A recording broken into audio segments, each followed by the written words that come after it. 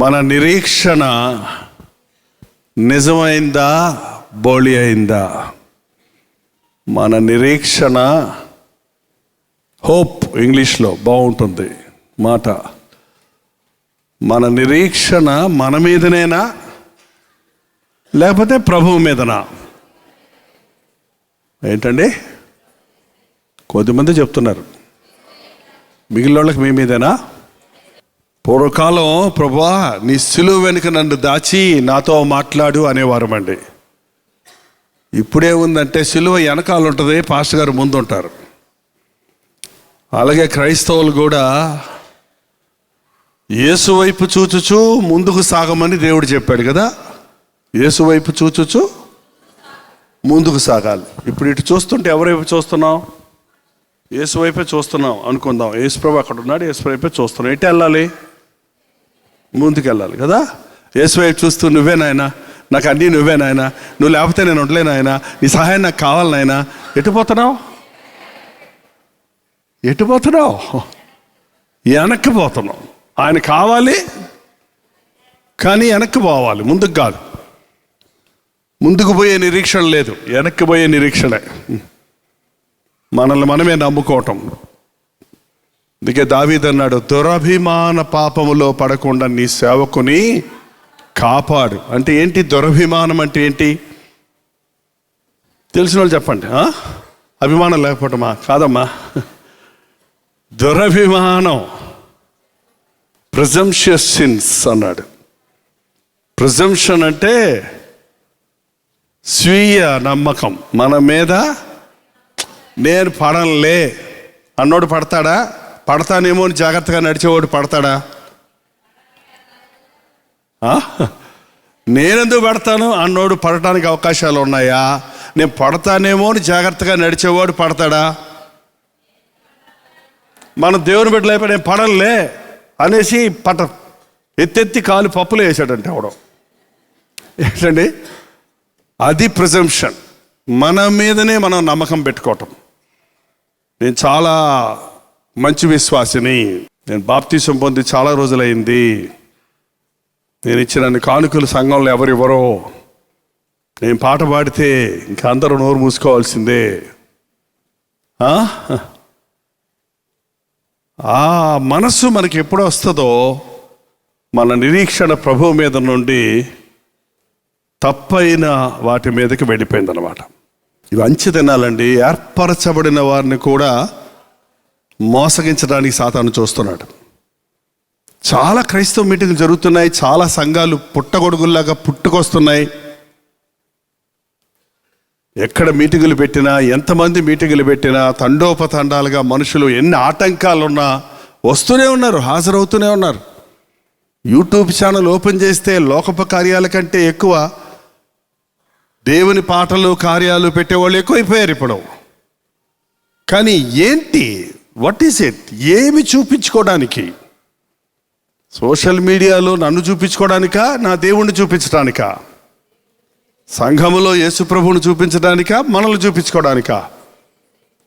Baptism ఇచ్చే యోహాను మాట అన్నాడు, ఆయన హెచ్చవలసి ఉన్నది, నేను తగ్గవలసి ఉన్నది. ఆయన అంటే ఎవరైనా? యేసయ్య హెచ్చాలి, మనం తగ్గాలి. మీ ఎదుటిన్న వారిని మీకంటే యోగ్యులుగా ఎంచుకోండి. ఎప్పుడు నువ్వు గొప్ప నేను తక్కువ అనే మనసే ఒక నిజమైన క్రైస్తవుడికి ఉంటుంది. నేనే గొప్ప అన్నావా, వాడెవడు? ఆయనంటే ఆయన, వాడంటే నేనే గొప్ప, దేవునితో సమముగా నా సభాపీఠమును హెచ్చు చేసుకుంటాను అని పరలోకంలో దూతల పాటలు పాడిచ్చే క్వైర్ లీడర్ గారు, ఆ క్వైర్ లీడరు లూసిఫర్ హెచ్చించుకొని మొట్టమొదట గర్వం పుట్టింది పరలోకంలోనే. ఒక క్షణం కూడా ఉండదు పరలోకంలో. దేవుని ముందు అహంకారులను ఆయన ద్వేషిస్తున్నాడు, అసహించుకుంటున్నాడు. ఆయనకి హేయులు. ఎప్పుడైతే గర్వం వచ్చిందో పాతాళం నుంచి కిందకి, పరలోకం నుండి కిందకి పాతాళానికి తోసివేయబడ్డాడు. పడుతూ ఒక కొంతమంది దూతల్ని పట్టుకొని లాక్కొచ్చుకున్నాడట. అవే దెయ్యాలు. ఇప్పుడు ఆ దెయ్యాలు చర్చిల్లోకే వస్తాయి. ఎక్కడికి వస్తాయి? ఎవరో అడిగాడు, దెయ్యం క్రైస్తవ దెయ్యమా, హిందూ దెయ్యమా, వేరే కులం దెయ్యమా అని. చెప్పండి, దెయ్యాలు ఎవరో? ఎక్కడి నుంచి వచ్చాయండి దెయ్యాలు? దేవుడు చేసిన దూతలే దురాత్మలుగా మారాయి. ఆత్మ వేరు, దురాత్మ వేరు, పరిశుద్ధాత్మ. మనుషులు కన్ఫ్యూజ్ అయిపోతున్నారు. ఓ పాస్టర్ గారు దెయ్యం వెళ్ళగొడుతుంటే హల్లెలూయా హల్లెలూయా హల్లెలూయా హల్లెలూయా హల్లెలూయా హల్లెలూయా హల్లెలూయా అంటుంది. మోసపరిచాత్మ పో అన్నాడు ఆయన. పోతనా అంది. ఏంటండి? వెలుగుదూత వేషం వేసుకొని సాతానుడు ఈ రోజున అనేకుల్ని మభ్యపెడుతున్నారు. మనం దీనులుగా ఉన్నంతసేపు సైతాను మన జోలికి రాలేడండి. మనలో కొంచెం ఆ వాసన వస్తే చాలు. ఏ వాసన? ఏం కారం? అహంకారం. ఏం కారం అది? అహంకారం. చాలా ఘాటుకుంటుంది అది. అహంకారం వచ్చిందంటే ఇక మనిషి దేవుని సన్నిధిని పోగొట్టుకుంటాడు. ఎంతోమంది రాజుల చరిత్రలో చూస్తున్నాం. స్థిరపడిన తరువాత మనస్సున గర్వించి పడిపోయాడు. నన్నింతగా హెచ్చించుటకు నేనే పాటి వాడిని, నేనెంతటి వాడిని. గొప్ప చక్రవర్తి అయిన తర్వాత కూడా దేవుని సన్నిధిలో కూర్చుండి తన స్థితిని మరవకుండా, గొర్రెల దొడ్డిలో ఉన్న నన్ను, గొర్రెలు కాచుకుంటున్న కుర్రవాడిగా ఉన్న నన్ను నువ్వు అభిషేకించుకొని ఆశీర్వదించి జయమిచ్చి బలమిచ్చి రాజమందిరంలో దేవదారు మ్రాణులతో కట్టబడిన ఆలయంలో, బంగ్లాలో, భవంతిలో నన్ను ఉంచావు. నీ ప్రత్యక్షపు గుడారము, నీ మందసం పెట్టి ఇంకా డేరాల మధ్యలోనే ఉంది. మంచి భవనంలో హాయిగా పడుకున్నాక అప్పుడు దాకా 13 సంవత్సరాలు యుద్ధాలు చేశాడు, అలిసిపోయాడు, ఎన్నో విధాలుగా పోరాడాడు దావీదు. అంత సులభంగా అవ్వలేదు. ప్రభు పిలుపు వచ్చిన తర్వాత, ప్రభు అభిషేకించిన తర్వాత అన్నలతోటి హేళన చేయబడ్డాడు. గొల్లియాతుతో పోరాడవలసి వచ్చింది. అనేక మంది శత్రువులతో పోరాడాడు. భార్య చేత అపహసించబడ్డాడు. మామ చేత, సొంత మామ చంపడానికి వెంటాడాడు. పుట్టిన కొడుకు ఏడిపించాడు. ఎన్ని రకాల బాధలు, అన్ని బాధలు పడి పైకి వచ్చి హాయిగా చక్రవర్తి అయ్యాడు 30 సంవత్సరాల వయసులో. అప్పుడు మంచి భవనం, రాజుగారికి అని పెద్ద బంగళం కట్టించారట్టున్నారు. అందులో పడుకొని ఆ మంచం మీద గొరకబెట్టి నిద్రపోయాను అనుందా? అది పడుకోగానే ఏంటి, నాకేంటి ఈ వైభవం, మరి మర్చిపోతే ఎట్ట చెప్పండి? ఇదే కాదు, మీ వ్యక్తిగత జీవితంలో ఒక 10 ఏళ్ల క్రితం ఎలా ఉన్నారు, ఈరోజు ఎలా ఉన్నారు? ప్రభువుని ఎరగక ముందు ఎలా ఉన్నాం, ఇప్పుడు ఎలా ఉన్నాం? మొట్టమొదటికి వచ్చినప్పుడు ఎంత కృతజ్ఞతతో, ఎంత భయంతో, ఎంత ఆసక్తితో ప్రార్థన ఒకసారి చేయించుకుందాం, అయ్యగారితో చూసిపోదాం. సో ఇక ఒక బలమైన ప్రార్థన నాకు ఇచ్చిన ప్రభు ఇచ్చిన ప్రేరేపణ ఏంటంటే, బలి అర్పణ చేత నాతో నిబంధన చేసుకున్న వారిని సమకూర్చు. నిజమైన క్రైస్తవత్వాన్ని లోకానికి చూపించాలి. నిజమైన ప్రార్థన జీవితం అంటే ఏంటో తెలియాలి. వాక్యానుసారంగా బ్రతకడం అంటే ఏంటో తెలియాలి. అసలు కుటుంబం కట్టుకోవటం ఎలా, భర్త భార్యను, భార్య భర్తను సంపాదించుకోవటం ఎలా? ఎవరో మొన్న యూట్యూబ్లో వచ్చి పెట్టారు, అస్తమానం మీరు భార్య భర్తల గురించే చెబుతున్నారు, మాకు విసుగు పడుతుంది, ఇంకేదన్నా చెప్పండి అన్నాడు. బాబు నీకు పెళ్ళి అయిందా అని అడుగుదాం అనుకున్నా. పెళ్ళి అవ్వలేదు కాబోలు ఆయనకి, లేకపోతే భార్య భర్తలు ఇద్దరు గొడవ కాబోలు, చెప్పినవన్నీ గుచ్చుకుంటున్నట్టుంది. మన బతుకులో సగం బతుకు భార్య భర్తలేనండి. మన కుటుంబంలోనే ఉంటున్నాం కదా. మన సమస్యలకు సగం మూలం ఎవరో, ఎక్కడ? ఆఫీసులో గొడవ అయితే అక్కడ వదిలిపెట్టి వచ్చేస్తాం, అంతే కదండి. కంపెనీలో గొడవ అయితే అక్కడ వదిలిపెట్టి దులుపుకొని వచ్చేస్తాం. కానీ ఇంట్లో గొడవ అయితే ఎక్కడికి వెళ్ళిపోతావు? అసలు ఇక్కడ దూరుతాడు సాతాను వచ్చి. ఎక్కడ దూరుతున్నాడు ఇప్పుడు?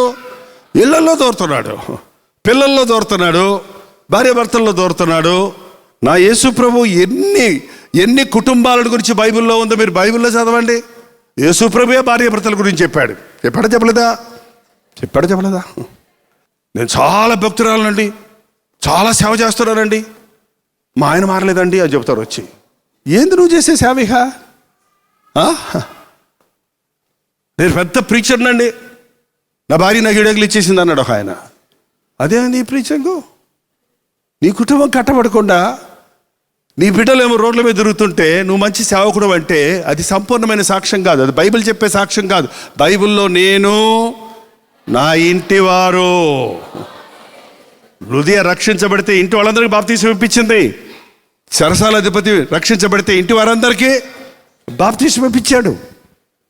మన ఇళ్లలో ఇంకా రక్షించబడని వారు ఎందరు ఉన్నారో వారందరినీ రక్షించుకోవటానికి, ప్రార్థించటానికి, విరిగి నలిగిన హృదయాన్ని సంపాదించుకోవడానికి.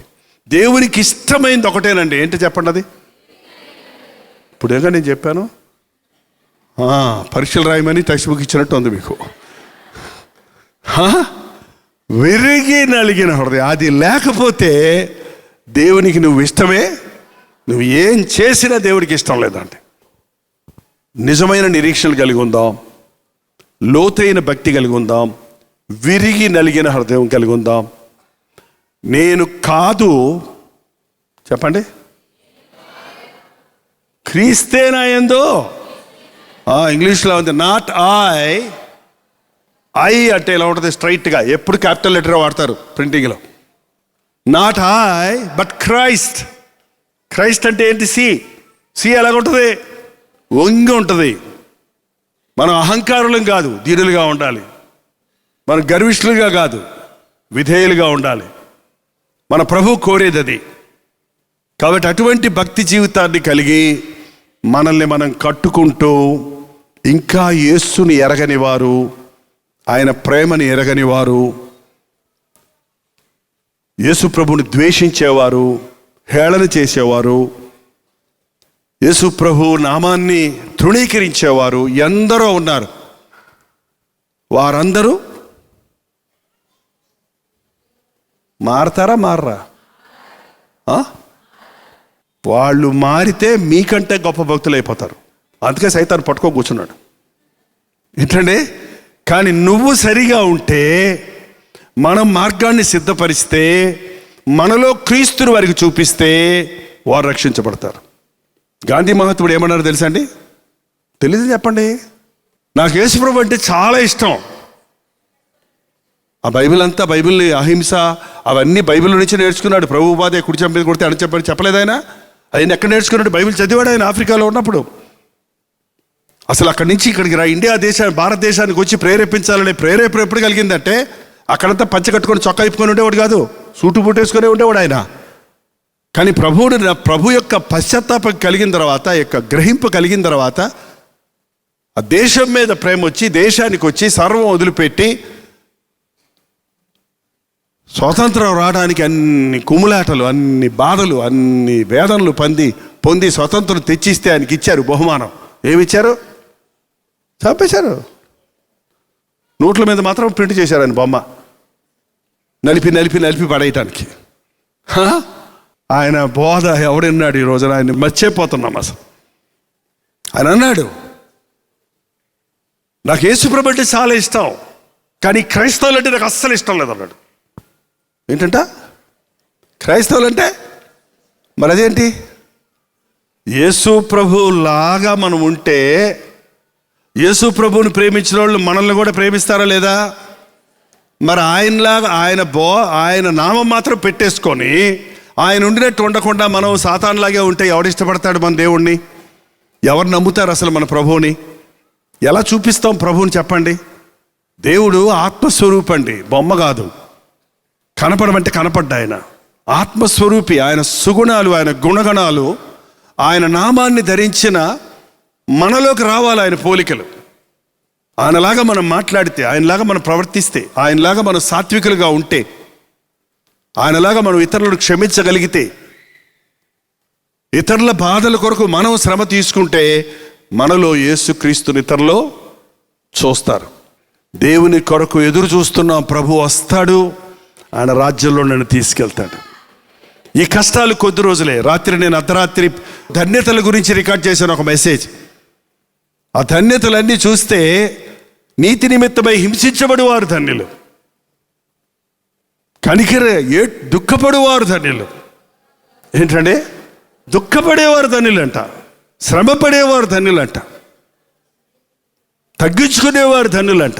ఇది వెగతాళిగా ఉంటుంది బయట లోకంలో చెప్తే.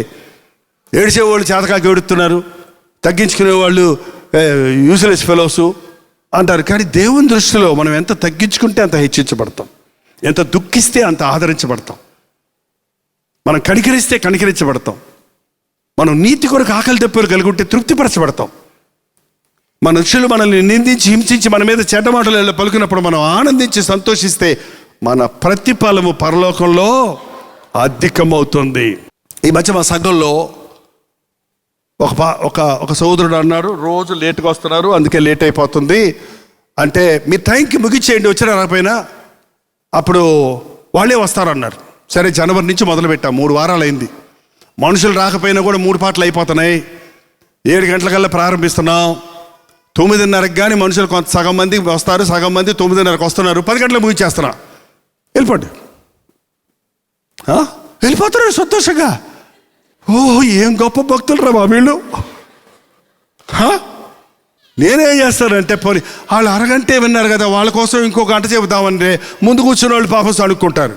మంచోళ్ళు ఏమో బాగా ఎక్కువైందిలే. 24 రీల్స్ ఉంటే సినిమాకి ఇష్టపడేవారు పూర్వకాలం. 18 రీళ్ళు ఉంటే వెళ్ళేవాళ్ళు కాదు. నేను చూసినప్పుడు అండి 70s, 70sలో ఇంకోసేపు ఎక్కువసేపు ఉంటే బాగుంటుంది, మీటింగ్కి వెళ్ళాం ఎంత కష్టపడి, ఇంకోసేపు ఎక్కువసేపు దేవుని మందిరంలో కూర్చుంటే బాగుంటుంది అనేవాళ్ళు నిజమైన విశ్వాసులు. ఎంత తొందరగా అయిపోతే మళ్ళీ ఏదైనా బయటికి వెళ్ళి పనులు చేసుకుందాం, ఇంటికి వెళ్ళి రెస్ట్ తీసుకుందాం, టీవీ సీరియల్ చూసుకుందాం అనుకునేవాళ్ళు. అసలు భక్తుల అటోళ్ళు రావటం ఎందుకు చెప్పండి? నామకార్థంగా నేను బ్రతకాలనుకున్నానండి. ఐఎమ్ ఫిక్స్డ్ ఆల్రెడీ, నేను బిలీవర్ని. నాకు ఆల్రెడీ పేతురు గారితో చెప్పేశాను, నా టికెట్ బుక్ చేసేసాడు పరలోకంలో. ఏంటి రిజర్వ్ చేసేసాడు పేతురు గారు అక్కడ. నాకేం సందేహం లేదు, మా చర్చిలో నేనే ఎల్డర్ని, నేను సీనియర్ మోస్ట్ని, నాకు అన్నీ తెలుసు, బైబిల్ చదివేశాను, నేను గ్యారంటీగా దేవుని రాజ్యానికి వెళ్ళిపోతాను, ఇక నేను ఎక్స్ట్రా నేర్చుకునేది ఏమి లేదు ఇక అనేవాళ్ళు దయచేసి గెట్ టుగెదర్కి ఇక మీదట రావద్దు. నన్ను మారుస్తాడు, నా మాటలు మారుతాయి, నా పద్ధతులు మారుతాయి, నా తలంపులు మారుతాయి, నా యాటిట్యూడ్, నా మోటివ్. మనం ఒక డబ్బులు ఇస్తున్నామండి, డబ్బులు దేవునికి ఇస్తున్నాం. ఎందుకు ఇస్తున్నాం? అది చూస్తాడు దేవుడు. నువ్వు ఇచ్చిన డబ్బులు చూడడం. నాకు మళ్ళీ దేవుడు డబ్బులు ఇస్తాడని చూస్తున్నావా, దేవుడు నాకు చేసిన దానికి ఇది నేను కృతజ్ఞతతో ఇస్తున్నాను, విరిగిన హృదయంతో ఇస్తున్నావా అన్నది ప్రభువు చూసి నీవు ఏ మనసుతో చేస్తున్నావో దాన్ని బట్టే ప్రతిఫలం ఇస్తాడు. ఏంటండి, మనం చాలామందిని పొగుడుతుంటాం. ఎందుకు పొగుడుతాం చెప్పండి? పొగుడతారా మీరు ఎప్పుడన్నా? అవసరమైనప్పుడు. ఎప్పుడు పొగుడతారు? వాళ్ళ దగ్గర నుంచి మనకి ఏదైనా లాభం కావాల్సినప్పుడు వాళ్ళని గురించి తెగ పొగుడుతుంటాం. అంటే నీ పొగడడంలో ఉన్నటువంటి ఉద్దేశం ఏంటి? వాళ్ళ దగ్గర నుంచి కావాల్సిన లాభాన్ని సంపాదించుకోవడానికి.